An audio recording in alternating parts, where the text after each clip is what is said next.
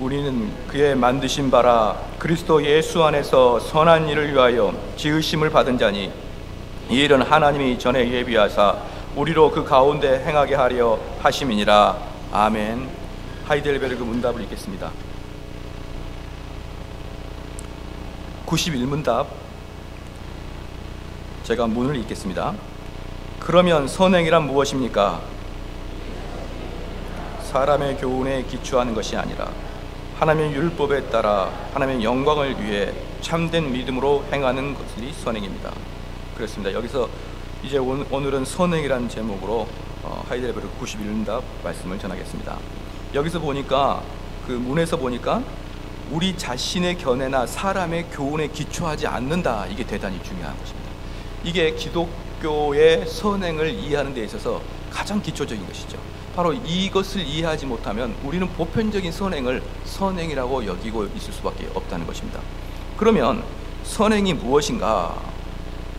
우리가 첫 번째 알아야 할 것은 어떤 행위가 하나님 보시기에 선한 것인가? 이걸 알아야겠죠.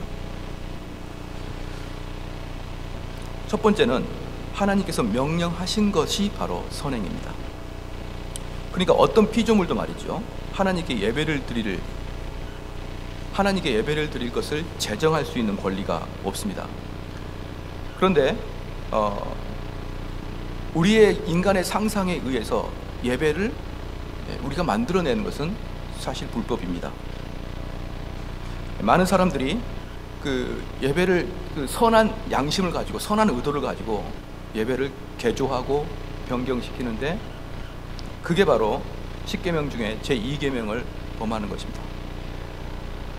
우리에게 유명한 책이 있는데 아마 우리 피택자들은 읽어보셨을 텐데 다른 불이라는 책이 있습니다. 존 메가더 목사가 쓴 다른 불이라고 있는 책이 있는데 그 책의 내용이 바로 뭐냐 그러면 예배를 마음대로 상상해서 만들어 가는 것을 다른 불이라고 하는 것이죠. 우리 하나님께서 요구하시는 정확한 그 예배의 방식이 아닌 다른 방식으로 예배를 만들어 가는 것, 바로 그게 하나님 보시기에 진노할 상황입니다. 이거랑 똑같이 우리는 예배와 하나님께 예배를 드린 것과 이웃을 사랑하는 것은 똑같은 것입니다. 그러므로 우리가 선을 행하는 것도 우리가 마음대로 행하는 것이 아니라 하나님이 지적해주고 하나님이 그것이 선이다라고 하는 것들을 하는 것이 선이지, 우리의 뜻대로 우리의 상상대로 이것이 선일 것이다 라고 생각하고 그 선을 행하는 것을 기독교에서는 선이 아니다 라고 기본적으로 아는 것이 매우 중요합니다. 모든 인간의 의지로 행하는 예배와 비록 선한 의도를 지녔지만 인간이 만들어내는 행위들은 사실은 그 예배에서 상당히 하나님께서는 노여움을 가질 수 있는 것입니다. 그러니까 이 교회 기능에서도 마찬가지입니다. 이 교회 기능에서도 많은 사람들이 이 교회 기능을 자기들 스스로가 생각해서 이 교회에서 무엇을 했으면 좋겠다라는 생각을 가지고 이 교회를 함부로 교회 기능을 바꾸어 나갑니다.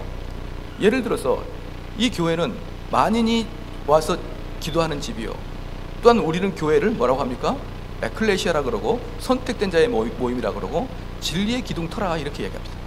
그래서 이 교회에서 행할 수 있는 합법적인 일들은 하나님 말씀을 배우고 가르치고 그리고 성도 간의 교제가 있고 기도하는 것들이 이 교회에서 이루어져야 될 일들이죠.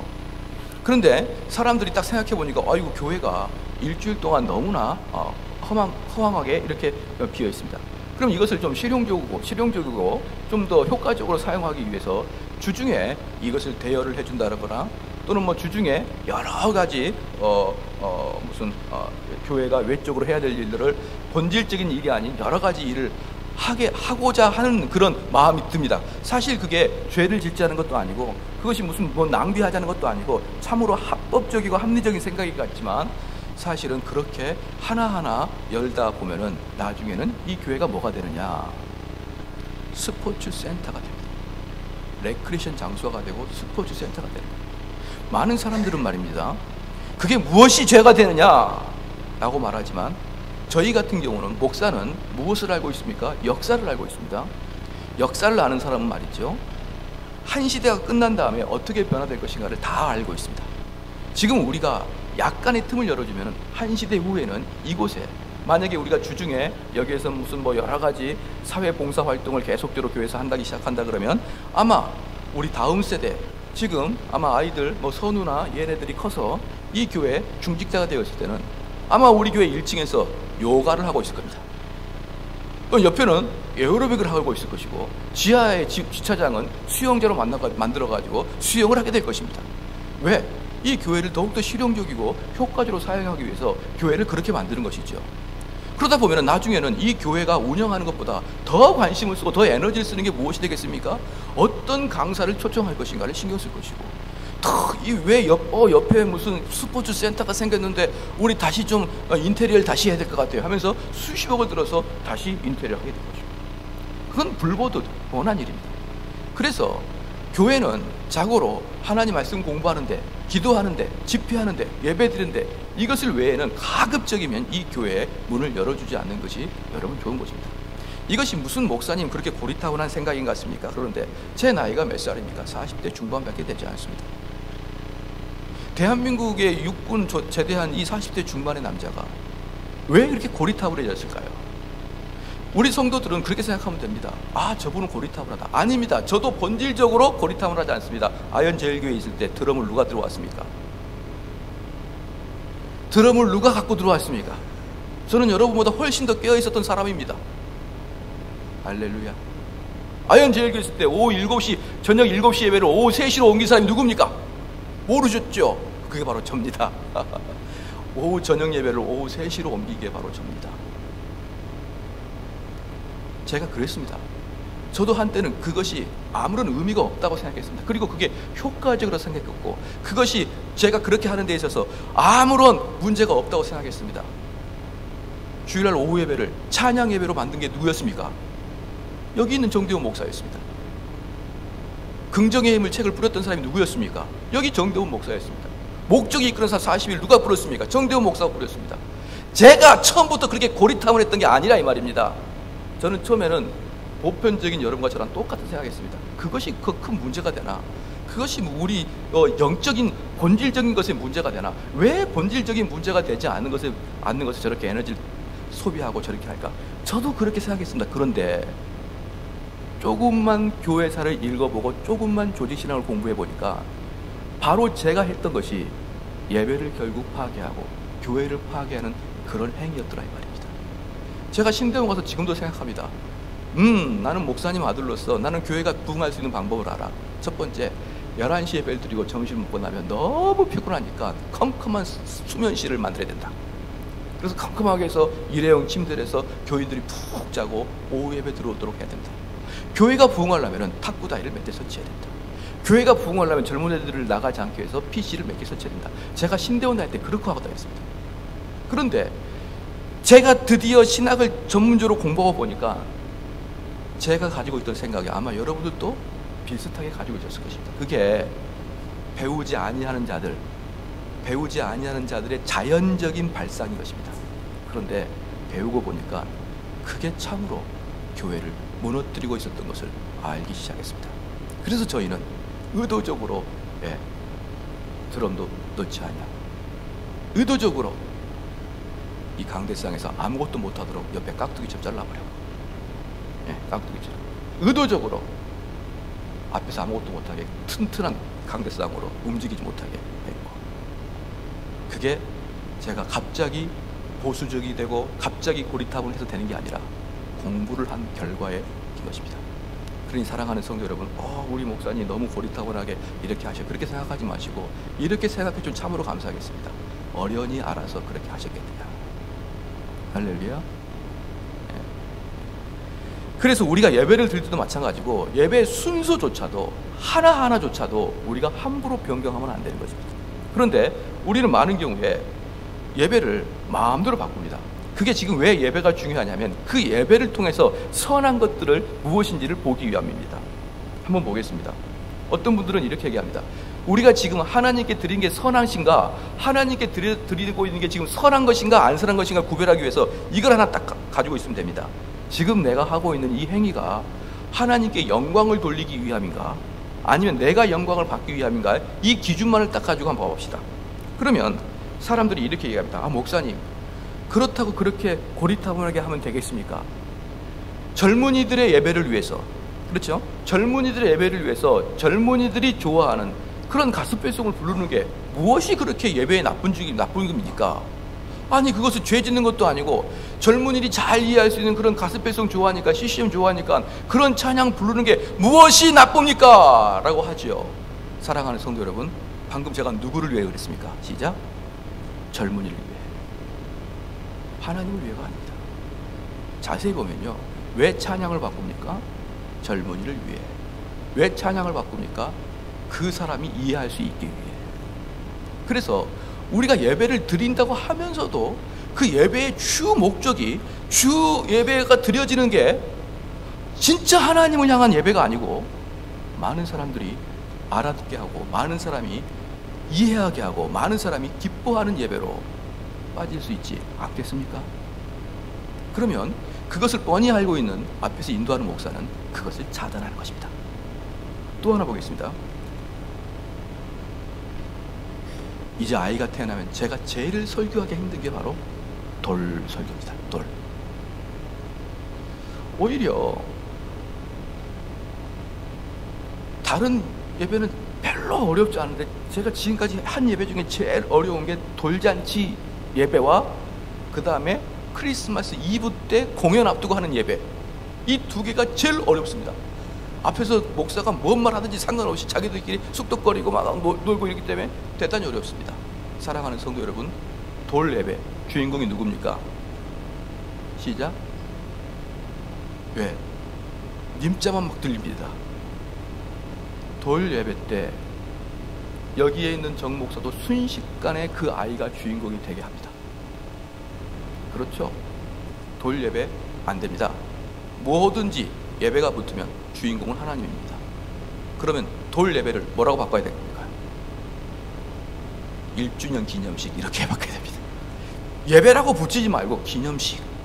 그래서 장례 예배가 아니라 장례식, 돌잔치 이렇게 이야기 됩니다. 그래서 제가 꺼리는 예배가 있습니다. 야유 예배.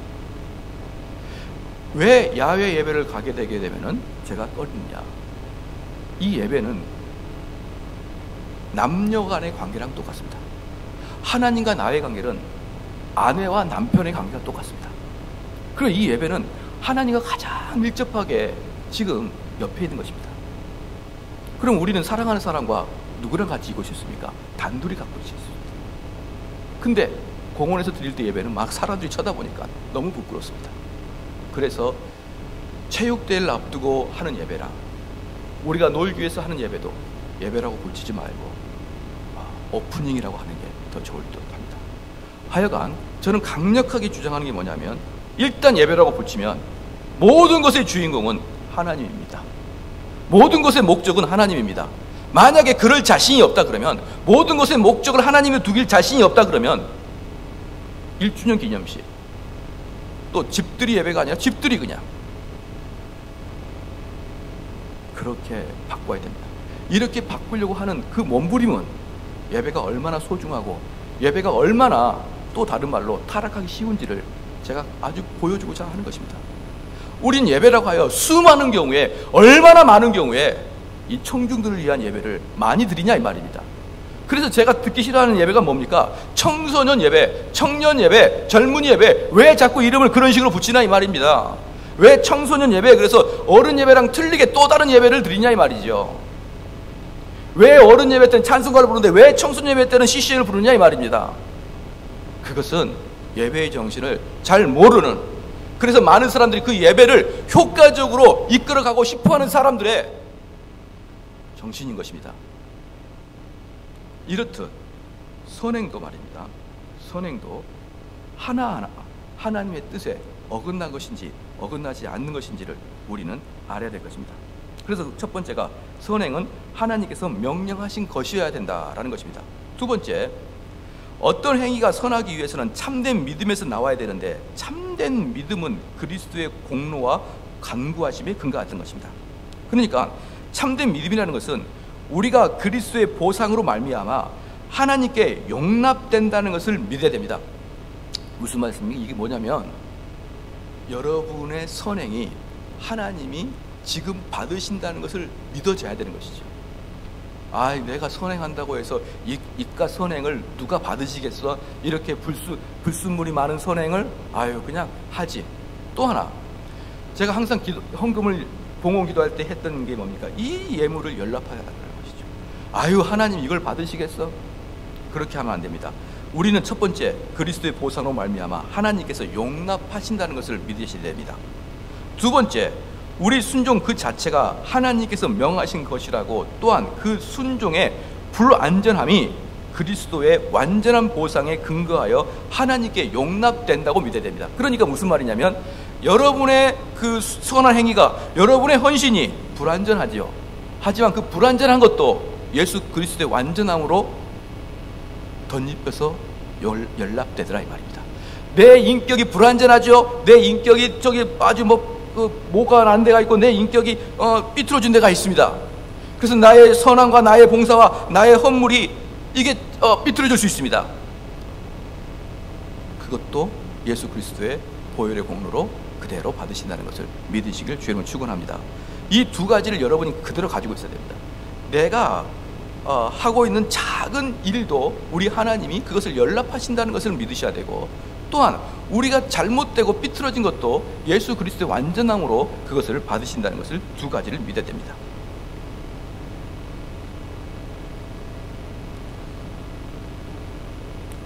그래서 이 두 가지를 가지고, 그러면은 성경에 이렇게 말하고 있습니다. 믿음이 없이는 아무도 하나님을 기쁘시게 할 수 없다고 했습니다. 그래서 하나님께서 어떤 특정한 일을 우리에게 하라고 요구하셨을 때, 자, 이렇게 되는 것이죠. 우리가 선을 행할 때 가장 중요한 것은, 첫 번째, 하나님께서 그 말씀에서 하고 계시느냐, 이걸 보는 것이고, 두 번째가 뭐냐 그러면, 그럼 내가 그것을 할 때 하나님에게 영광을 돌리는 마음이 있느냐, 이 두 개를 가지고 봐야 되는 것입니다. 그러면 이렇게 보겠습니다. 선교는 하나님이 하라고 하셨지요. 그러니까 선교를 하는 것은 참으로 선한 일입니다. 그런데 선교를 할 때 내 마음에 믿음이 없는 상태에서 선교를 할 수 있습니까? 없습니까? 얼마든지 있습니다. 내 마음에 하나님을 향한 사랑이 없이도 선교를 얼마든지 할 수 있습니다. 또 하나, 내 마음속에 하나님께 영광을 돌린다는 마음 없이도 선교를 갈 수 있습니다. 바로 이것이 선이 아니라는 것입니다. 하나님께 올라가는 선은 이 두 가지가 똑같이 있어야 되는데, 객관적인 하나님의 말씀과 그 객관적인 하나님의 말씀의 주관적인 반응이 두 개가 동시에 있을 때, 그게 바로 하나님의 선입니다. 그러니까 하나님께서 그 일을 하라라고 지정했던 것이 첫 번째고, 그 일을 하라라고 지정할 때 내 마음속에서 그 일을 통해서 하나님께 영광을 돌리는 마음이 없이 그 일을 하게 된다 그러면 그건 선이라고 말할 수 없는 것입니다. 그러면 객관적인 것은 무엇이냐면, 객관적인 것은 하나님의 말씀이고, 믿음은 들음에서 나고 들음은 하나님 말씀인데, 그 믿음의 객관성은 성경에 있는 말씀이고, 주관성 믿음은 그 성경에 있는 말씀을 기쁨으로 순종하는 게 주관성 믿음입니다. 그러니까 우리 믿음에는 이 두 가지가 분명히 나타나야 되는데, 성경을 통한 지식적인 신앙이 분명히 성장해야 됩니다. 제가 몇 분 사람들한테 물었습니다. 모십시오. 지금 당신이 알고 있는 하나님에 대해서 써보십시오. 그럼 그 사람이 신앙생활을 50년을 했다 그래도 A4 용지 한 장 넘기기 어렵습니다. 저번에 여기 왔던 어떤 학생 한 명이 아파가지고 말입니다. 아파가지고 오래 금식을 일주일간을 3일간을 했어야 됩니다. 그래서 일주일간을 거의 죽어놨습니다. 그래서 그 친구는 누워만 있으면은 라면이 먹고 싶네, 고기가 먹고 싶네, 또 먹고 싶다 그래가지고, 그래 엄마가 사줄게. 그래서 엄마가 A4 용지를 딱 주고 먹고 싶은 거 써봐. 2페이지를 쓰더라고요. 2페이지를. 그러면 우리가 하나님에 대한 아는 지식을 과연 몇 페이지나 쓸 것 같습니까? 그런데 여기서 참으로 문제가 뭐냐 그러면, 신앙생활 1년만 해도 내가 알고 있는 하나님과 그 1년 이제 초보가는 하나님이 거의 비슷하다는 거예요. 참으로 놀라운 일이 아닐 수가 없습니다. 나는 이미 신앙생활을 40년 했고, 이 친구는 이제 신앙생활 1년, 2년밖에 안 했는데, 내가 알고 있는 하나님과 그 친구가 알고 있는 하나님을 비교해봤더니 별 차이가 없더라 이 말입니다. 이것은 지금 무엇을 얘기합니까? 지식적으로 하나도 늘어나지 않았습니다. 죄송한 말입니다만, 여러분 성경책 한번 딱 한번 들어보십시오. 성경 들어보면은 그냥 마음으로만 드십시오. 그냥 진짜 듣지 말고 들어보고 여러분이 성경책을 한번 쭉 매매를 한번 봐보십시오. 쭉 봐봐요. 한번 봐봐. 오늘 본문 말씀은 그대로 놔두고 한번 쭉 한번 성경 봐봐요. 얼마나 깨끗한지, 얼마나 깨끗한지. 무슨 볼펜 자국도 하나 없고, 성경책 넘길 때 바람으로 넘겼는지 손자국도 없고,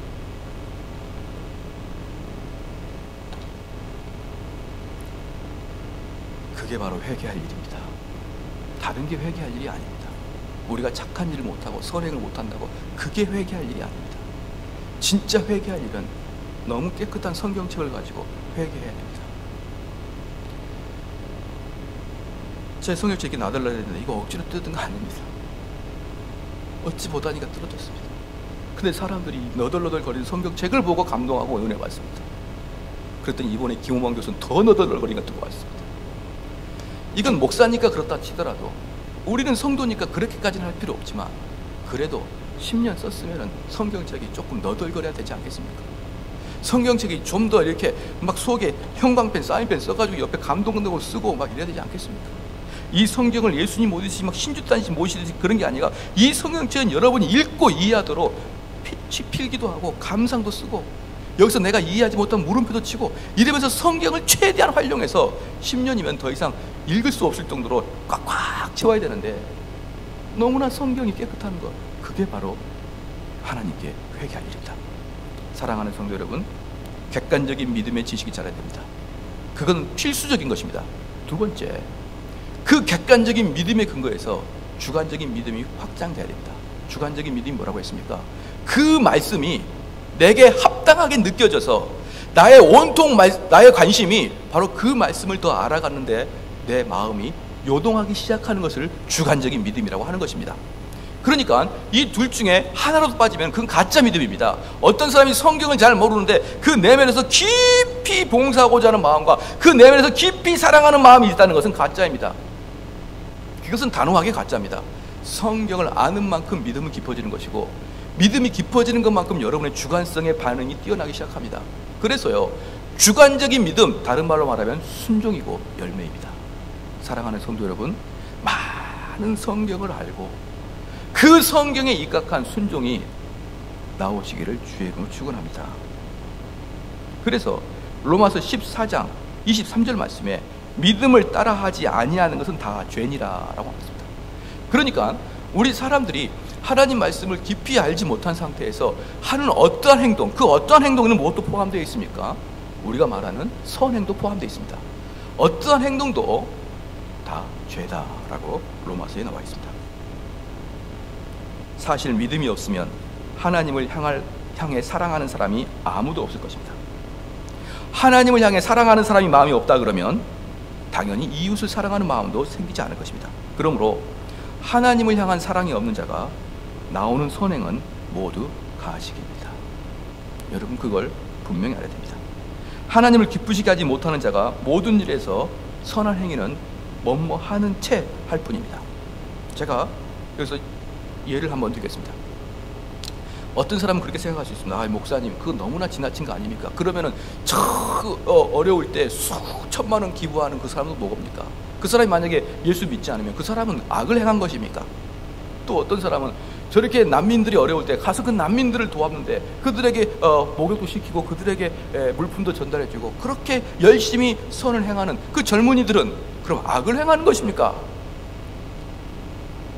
근데 그가 하나님의 아는 지식이 없고 하나님을 향한 사랑하는 마음이 없는 상태에서 내 돈을 수천만 원 투자해서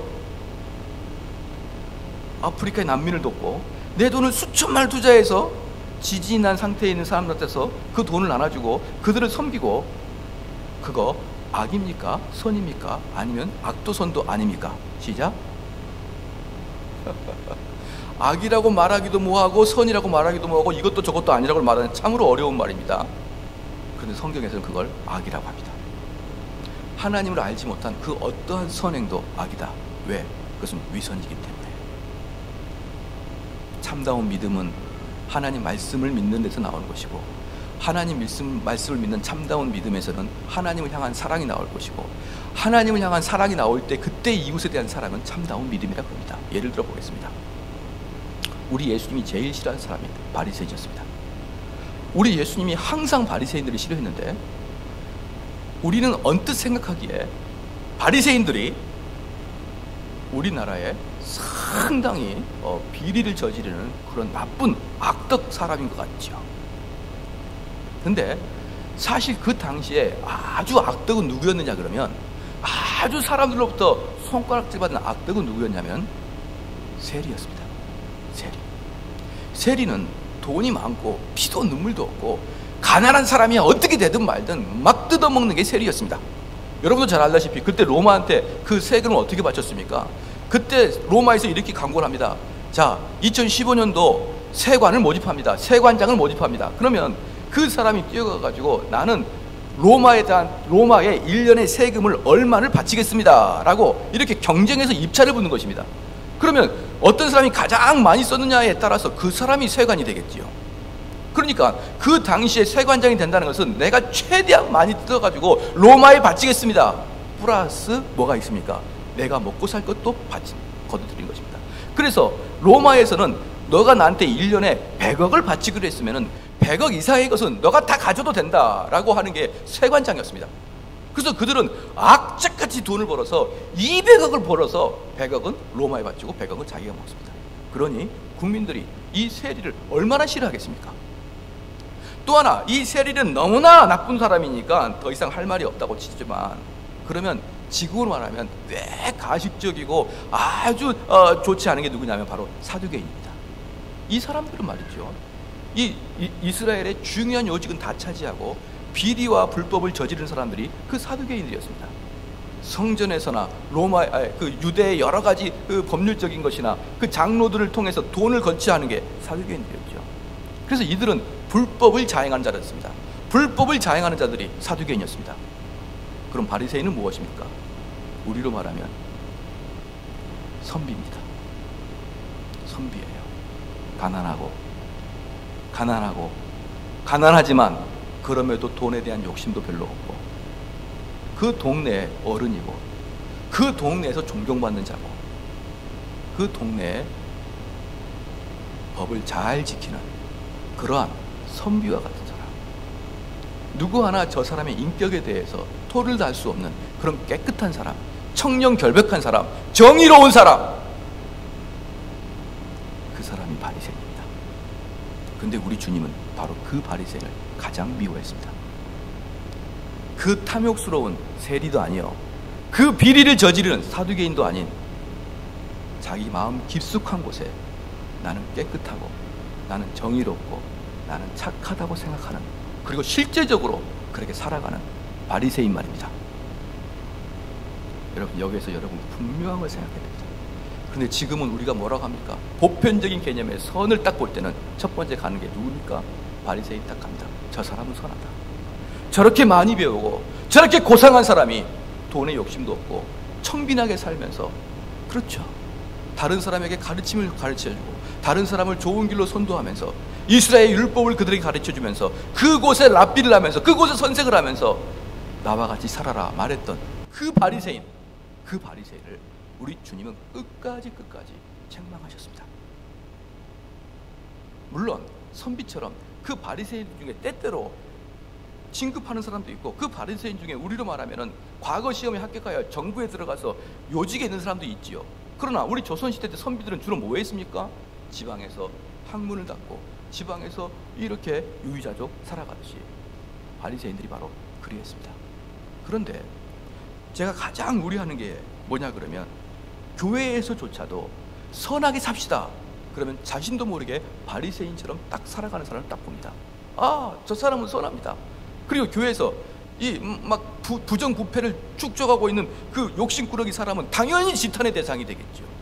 당연히 그 사람은 동서고금을 통해서 돈에 대한 욕심이 있고, 그렇게 막 자기만을 챙기는 사람은 당연히 지탄의 대상이 되겠죠. 그러나 지탄의 대상이 되지 않는, 우리가 깜깜하게 몰랐던 그 바리새인과 같은 청빈한 자가 실제적으로 그 마음속에 하나님과는 가장 거리가 먼 자였다는 것을 우리가 아시고 계십니까?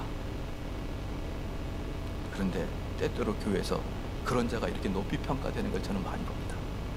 저는 때때로 교회에서 하나님이 말씀하시는 그 선이 아니라 인간적 관점의 선을 행하는 자들이 참으로 교회의 모범이 된다고 보여지는 경우가 너무 많습니다.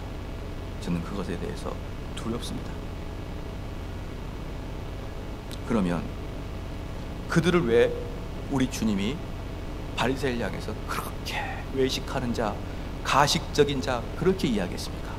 그들은 말입니다, 그 속 깊숙한 곳에서는 그 일을 하고 싶지 않은데, 그 속 깊숙한 곳에서는 그 선한 행위를 하고 싶지 않은데, 내가 바리새인이니까, 내가 청렴결벽한 아이콘이니까, 내가 도덕적인 사람이니까 그 일을 합니다. 그런데 세상에서는 바로 그런 사람을 착하다 그러고, 바로 그런 사람을 닮자 그러는데, 우리 예수님이 그에게 화 있을진저 독사의 자식들아.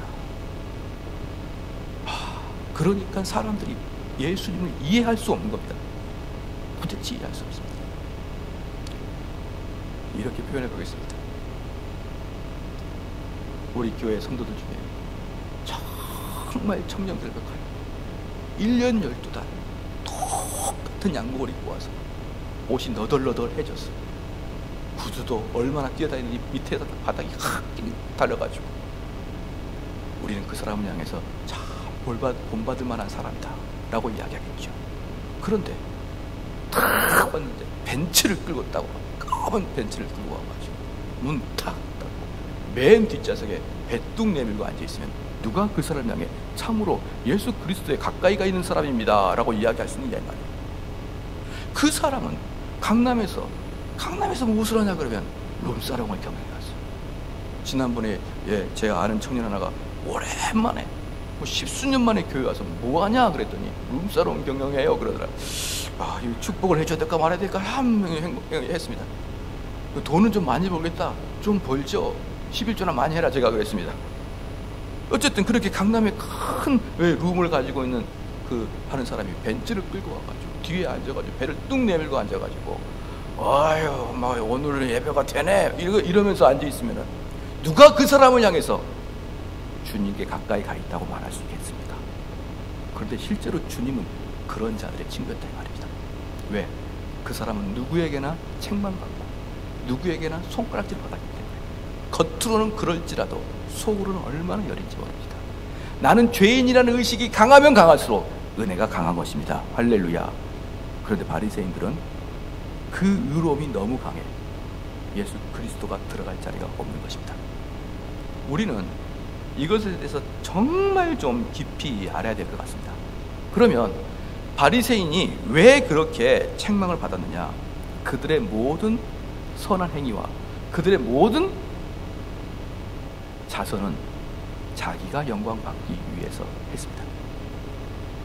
그 행위를 통해서 하나님에게 영광을 돌리는 게 아니라 자신이 영광받고 자신이 칭찬 듣기를 원하는 것입니다. 그러므로 우리가 실질적으로 교회에서 여러 가지 봉사를 함에도 불구하고 그 봉사의 마음속에서 이 봉사를 통해서 하나님께 올라가기를 원하는 마음이 아니라 이 봉사로 내가 칭찬 듣기를 원하는 자들은요, 그 봉사를 십수년하였지만 그 봉사가 결국 다 자기의 칭찬으로 끝나고 마는 것입니다. 그리고 하나님께서 뭐라고 하시냐 그러면 네 상을 이미 받았다 라고 이야기합니다. 그러면 하나님에게 돌리는 마음과 내 자신이 영광받는 것을 비교해 보겠습니다. 하나님께 영광을 돌린 자들은 내가 이 일을 통해서 하나님에게만 영광을 돌리기 때문에, 이 일을 통해서 내가 영광받기를 구하지 아니하기 때문에 이 일을 통해서 사람들이 나를 칭찬하면 어떻게 할까요? 알았습니다, 고맙습니다 그러는 거예요. 그렇다고 칭찬한다고 칭찬하지 마세요 이러는 게 아니고, 어휴 집사님 때문에 우리 교회가 아주 이렇게 잘 돌아갑니다, 네 감사합니다, 그리고 맙니다. 그리고 집에 가서 칭찬 들어서 이렇게 하지 않습니다. 벌써 자기가 칭찬 듣는 것에 예민한 사람들은, 자기가 칭찬 듣는 데 예민한 사람들은 바로 그 일이 하나님을 위해서 하는 게 아니고 내 자아를 위해서 한 것입니다. 또 하나, 오해받으면 어떻습니까? 그 일을 하다가 저 사람 사람들 잘 보이려고 그러는 것 같아, 오해받으면 어떻습니까? 아무렇지도 않습니다. 왜? 나는 누구한테 하는 거니까? 하나님께 하는 거니까.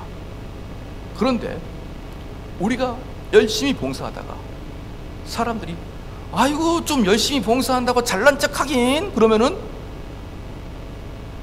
설거지에다 그릇을 팍 던져버리고 내가 이거 하려고 설거지 한 줄 알아? 나도 집에 가면 귀한 마님이야 하는 순간 여러분의 봉사는 여러분 것 되고 맙니다. 열심히 봉사하고 이런 말 하면 설교단에서 이렇게 말하면 뭐하지만 도로하기 타버리 됩니다. 자기는 하나님께 열심히 봉사한다고 했는데 결국 나중에 알고 보니까 전부 다 자기가 영광 받고, 그래서 이 영광에 대해서 사람들이 알아주면 기뻐하고 알아주지 못하면 상처받는 것, 바로 그게 자기 자신을 위한 것입니다. 그러면 또 이런 사람이 있습니다. 그럼 선을 행할 때 완전히 비밀리에 하는 것입니다. 아무도 모르게. 꼭 그럴 필요 없습니다. 왜 그렇습니까? 마태복음 5장 16절 말씀에 너희 빛이 사람 앞에 비추게 하여 그들로 너희 착한 행실을 보고 하늘에 계신 너희 아버지께 영광을 돌리라. 다른 사람이 보든 다른 사람이 보지 않든 그냥 하는 겁니다. 저는 어떤 사람 봤냐 그러면, 목사님 저는 절대로 헌금은 무기명으로 할 겁니다. 절대로 헌금은 무기명으로 한다고 저는 소신을 가지고 있습니다. 하십시오 라고 했죠. 근데 그게 그분의 의입니다. 의. 뭐라고 합니까? 무기명을 하고 나는 하나님께만 내가 헌금을 바쳤고 아무도 모르게 바쳤다는 게 자기의 자랑거리가 됩니다. 그래서 어느 곳에 가든지 저는 헌금을 무기명으로 합니다 라고 하면서 사람들이 왔다 갔다 주길 바랍니다. 그것조차도 여러분 내 자신을 위한 것입니다. 그러므로 우리는 어떻게 됩니까? 꾸준히 할 때 그 꾸준히 함에 대한 결과와 꾸준히 할 땐 기쁨과 꾸준히 함에 있어서 사람들이 나의 오해하는 것에 대해서 여러분의 마음이 떠나버렸을 때, 그때야 비로소 무엇이 됩니까? 하나님께 하는 것이 되는 것입니다. 어떤 사람은 그런 거 있습니다. 나는 주일학교 교사를 1년 동안 한 번도 결석을 안 한다.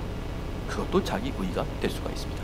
우리는 모든 교회 사역을 통해서 하나님께 돌린다고 말을 하면서도 불구하고 우리가 따벅따벅 영광을 받아먹는 게 너무나 많다는 걸 여러분 아시고 계십니까?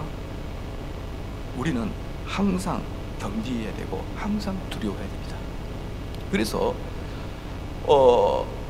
저희가 앞에 다른 교회들처럼 찬양 팀들을 잘 세우지 않는 이유가 바로 거기에 있습니다.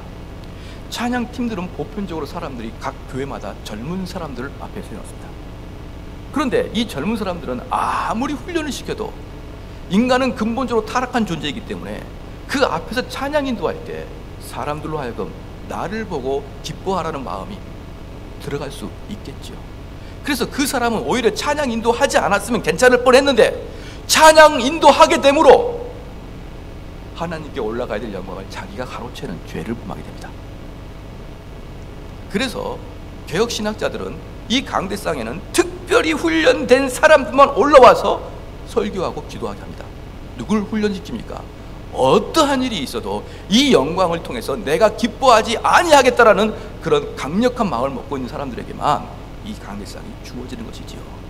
아무나 올라와서 여기서 간증하고 여기서 찬양하고 여기서 기도하고 여기서 말씀 전했다가 사람들이 그 말씀에 너무너무 감동받으면 집에 가서 얼마나 기뻐하는지 아십니까? 그럼 하나님께서 야 대훈아, 오늘 이 예배도 나한테 올라온 게 하나도 없다. 네가 다 중간에서 가로챘다. 얼마나 무서운 말씀입니까? 그래서요, 이 교회에서 제일 중요한 사역은 설교 사역이 아닙니다. 제일 중요한 사역은 예배를 집례하는 사역입니다. 즉 목회자가 집례하지만 사람들 이 목회자의 예배의 집례에서 특별히 말씀 사역을 가장 중요히 여기는데 그렇지 않습니다. 제일 중요한 것은 예배의 처음부터 끝까지를 하나님께 영광을 돌릴 수 있게 하기 위한 그 마음가짐이 있는 예배 집례가 성공적인 예배를 이끌어내는 것입니다. 할렐루야. 많은 사람에게 감동을 주려고 하는 마음이나 많은 사람이 마음의 동기부여를 이끌게 하는 마음이나 이런 목적을 가지고 설교를 하는 게 아니라, 이런 목적을 가지고 예배를 인도하는 게 아니라 오직 하나님 말씀이 있는 그대로 가감없이 선포해버리는, 그리고 그 이후에는 하나님께서 알아서 하시는 그렇게 하는 예배가 되지 아니하면 하나님께서 내가 이 예배를 받지 아니하였다. 그러면 마지막으로 이 선행을 어떻게 행할 수 있습니까? 그러니까 선행에 어떤 게 선행입니까? 내 마음속에 뭐가 있죠? 객관적인 말씀의 지식과 그 객관적인 말씀의 지식에 의한 주관적인 믿음의 반응이 나타나는 것, 그 마음을 가지고 하나님께 대하는 것이 바로 선행입니다. 그러니까 하나님 말씀을 전혀 모르는 자, 즉 믿음이 없는 자의 어떠한 행위들도 그들은 선한 행위가 아니라 외식이요 가식이요 그렇게 하는 척하는 것입니다. 왜 그럴까요? 그 영광을 다 내가 받아버리니까. 그러면 마지막으로 선을 어떻게 행할 것인가? 당연히 펠라기우스 같은 경우는 자기가 선을 행할 수 있다고 주장한 사람입니다. 그리고 자유의지를 강조했던 세미 펠라기우스도 어느 정도 인간이 스스로 선을 행할 수 있다, 너희들이 마음을 다져잡고 착한 행실을 하라 라고 말할 수 있는 게 이런 사람들입니다. 그런데 분명히 우리 청교도들은 뭐라고 얘기합니까? 선행은 오직 성령의 은혜와 도우심을 통해서만, 그것도 하나님의 성령으로 말미암아 복음의 선포를 통하여 마음이 진정 중생한 중생자들에 의해서만 선행이 일어날 수 있다. 그래서 제롬은 이렇게 얘기했습니다. 성령 없이, 제롬이라는 사람은 초대교회 바로 이후에 속사도 교부를 제롬이라고 합니다. 제롬 그 중에 한 명이 제롬입니다. 제롬이 성령 없이 은혜가 없이도 율법에 순종할 수 있다고 말하는 자는 저주를 받을 것이다. 성령의 충만함이 없이 순종할 수 있다고 말하는 자는 저주를 받을 것이다 라고 얘기했습니다. 사랑하는 성도 여러분, 그러면 우리는 어떻게 해야 됩니까? 우리는 이게 정말 어려운 것 같은데 구원의 도를 쭉 설명합니다. 구원의 도를 설명할 때 쭉 설명합니다. 그러면 도대체 언제 이제 구원 받은 자가 순종하는 삶을 언제 이야기할 겁니까? 라고 이제 반문합니다. 그런데 정확하게 구원의 도는 뭐냐 그러면 말입니다. 내가 아이로 응에 태어나는 게 구원받은 것 아닙니까? 첫 번째 내가 거듭난 상태가 이제 새로운 거듭남, 응에 태어나는 그 순간 그 사람은 태어나자마자 코로 숨을 쉬기 위해서 울게 됩니다. 그리고 그 아이가 젖을 먹게 되고 그 젖은 위로 내려가면서 그게 소화가 돼서 배설하게 되죠. 그럼 이 아이가 크면은 이 코로 숨을 쉬던 것을 멈추고 아가미로 숨을 쉬는 게 아니라 계속 코로 숨을 쉽니다. 그런데 그 먹는 음식이 좀 달라집니다. 딱딱한 것으로. 음식만 달라지지 그 애가 이제 태어날 때하고 20대 성인할 때랑 똑같습니다. 뭐만 틀립니까? 음식만 달라지는 겁니다. 이거 지금 무슨 이야기를 하냐 그러면, 여러분이 거듭날 때 거듭남에 대해서 발생했던 그 메커니즘이 여러분 인생 전체에 걸쳐서 똑같이 나타난다 이 말입니다. 그게 바로 성화입니다. 그러니까 이렇게 말하는 사람은 사실은 의심스럽습니다. 구원받았어. 구원받았으니까 이제 어쩔 건데. 이렇게 말하는 것은 사실 진짜 구원받았는지 다시 한번 의심해 봐야 됩니다. 왜냐 그러면 구원받은 자는 그 과정을 알고 있기 때문입니다. 구원받는 자는 내가 일단 어떤 시험에 합격했으니까 그 이후부터는 또 다른 공부를 해나가는 게 아니라 생명처럼 연속적으로 똑같이 이어집니다. 그래서 우리가 처음에 거듭남의 경험을 체험을 하고 난 다음에 그 거듭남의 체험들이 계속 톱니바퀴 돌아가듯이 계속 돌아가면서 성장하는 것입니다. 그 메커니즘은 똑같이 성장합니다. 그 메커니즘이 뭡니까? 우리 심령이 낮아졌다가 우리 예수 그리스도에게 은혜를 받았다가 다시 올라갔다가 낮아졌다가 올라갔다, 이 반복 과정을 죽을 때까지 계속 하면 되는데 원이 점점 커집니다. 그래서 나중에는 처음에 거듭날 때는 죽밖에 못 먹었는데 지금은 딱딱한 고기까지 먹을 수 있을 정도로 믿음이 성장하는데, 함에도 불구하고 그 과정은 처음에 거듭날 때 그 과정을 계속 돌아갑니다. 그게 오늘 선행함의 핵심입니다. 이제 여러분께서는 구원을 받았으니까 이제 나가서 선한 일을 하고 남을 돕고 남에게 착한 빛을 하십시오 이렇게 말하는 순간 우리는 또다시 율법주의로 빠지게 됩니다. 이게 얼마나 어려운 줄 아십니까? 우리는 간단히 말하면 됩니다. 여러분 이제 구원받았죠. 이제 그러니까 나가서 남을 돕기 바랍니다. 얼마나 간단하고 얼마나 쉽습니까? 그렇게 말하는 것은 너무나 쉽습니다. 그런데 그것을 뭐라고 하죠? 도덕적인 설교라 그럽니다. 도덕적인 설교. 누구나 할 수 있는 설교. 선생님이면 누구나 할 수 있는 것. 할아버지면 누구나 할 수 있는 것, 도덕적인 설교. 그러나 그게 아니고 거듭남의 과정이 계속 원을 그려가는데 점점점 확대되는 원을 그려가면서 구원받았을 때 그 과정이 지금도 동일하게 일어나면서 어떻게 됩니까? 내가 심령이 가난해진 이유가 무엇입니까? 심령이 가난해진 이유는 목사님의 설교를 듣고 내가 잘못 살았구나, 내가 죄인이구나, 이걸 깊이 깨닫는 게 심령이 가난해진 상태입니다. 그러면 심령이 가난해서 성령께서 야 대훈아, 내가 너의 죄를 용서하노라 라고 다시 용서의 체험을 얻고 다시 기쁨으로 주의 일을 하게 됩니다. 그러다가 또 살다가 보면 또 타락하게 되는 것이죠. 또 교만하게 되는 것입니다. 그러면 또 다시 말씀을 통해서 또 청원받고 내 심령이 또 가난해지고, 이렇게 반복적 나타나는 게 성화의 과정입니다. 그러니까 우리는 성화가 따로 있고 구원이 따로 있고 영화가 따로 있는 게 아니라 이것은 생명체이므로, 하나의 유기체이므로 끝까지 물고 그 생명체는 연장되게 되어 있다 이 말입니다. 사랑하는 성도 여러분, 그래서 이사야서 64장 6절 말씀에 우리의 의는 다 더러운 옷 같으며, 마태복음 7장 18절 말씀에 못된 나무가 아름다운 열매를 맺을 수 없느니라, 예레미야 13장 23절 말씀에 굿수인이 그의 피부를 표범이 그의 반점을 변하게 할 수 있느냐, 할 수 있을진데 악에 익숙한 너희도 선을 행할 수 있으리라. 요한복음 15장 5절 말씀에 나를 떠나서는 너희가 아무것도 할 수 없습니다. 빌립보서 2장 13절 말씀에 너희 안에서 행하시는 이는 하나님이시니 자기의 기쁘신 뜻을 위하여 너희에게 소원을 두고 행하게 하시니라. 할렐루야. 우리 마음속에 하나님께서 성령을 주시고 그 성령이 그 선한 행할 일을 할 수 있도록 소원을 주시고, 그 성령께서 주신 힘으로 그 일을 행하는 자만이 참된 선한 행위를 하는 것입니다. 그러니 내가 예수를 믿는다 하면서 주여 내가 거듭나면 선한 행위를 하겠습니다, 그것도 아닙니다. 계속적으로 기도하고 말씀 보면서 내가 죄를 깊이 깨달으면서 그 과정을 거치면서 또다시 뭐가 되어 있습니까? 그런 와중에 계속적으로 선한 행위를 하는 것입니다. 하나님을 사랑하는데 한번 봐보십시다. 저번에도 말씀드렸지만 하나님을 사랑합니다. 하나님 말씀을 사랑합니다. 그럼 하나님 말씀이 어디에서만 들립니까? 이 강대상에서만 들립니다. 이 교회 안에서만 하나님 말씀이 들립니다. 그럼 하나님을 사랑하는 사람은 당연히 이 교회를 사랑하게 되어 있습니다. 여러분이 구원받았으니까 이 교회 와서 청소하십시오, 그게 아닙니다. 이 교회가 없으면 내가 어디서 이 말씀을 듣느냐, 이 교회를 사랑하게 된 것이죠. 그럼 지나가다 휴지도 보이는 것입니다. 사랑하지 않는 사람은 휴지가 안 보이는데 사랑하면 휴지가 보입니다.